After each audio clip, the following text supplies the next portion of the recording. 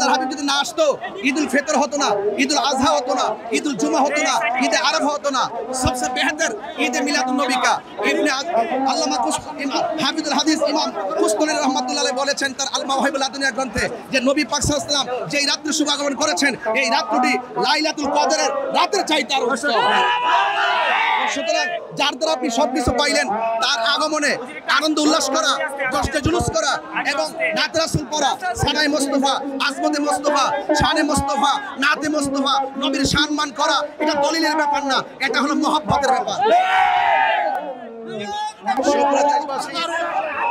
আজ ঢাকা ঐতিহ্যবাহী কাদরিয়া তৈয়বিয়া কামিল মাদ্রাসা থেকে বৃহৎ একটি জশ্নে জুলুস বের হয়েছে।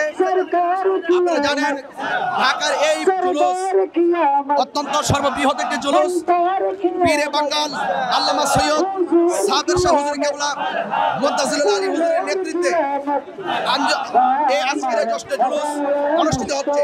আপনি নিশ্চয়ই মিডিয়া হিসেবে দেখেছেন, জুলুসের শুরু দেখেছেন, শেষ কিন্তু আমরা এখনো পাই নাই। সুতরাং এই আজকের এই দিনে আনন্দ করা, র্যালি করা, উৎসব করা এটা নিয়ামত পেলে আনন্দ করতে হবে, অনুগ্রহ পেলে আনন্দ করতে হবে, এটা সম্পূর্ণ সিদ্ধান্ত আল্লাহ। যেহেতু আল্লাহ পাক কোরআনে বলেছেন ওয়া মা আরসালনাকা ইল্লা রাহমাতাল লিল আলামিন, আল্লাহর হাবিব হলো সারা জাহানের জন্য রহমত। এই রহমত পেলে আনন্দ করতে হবে।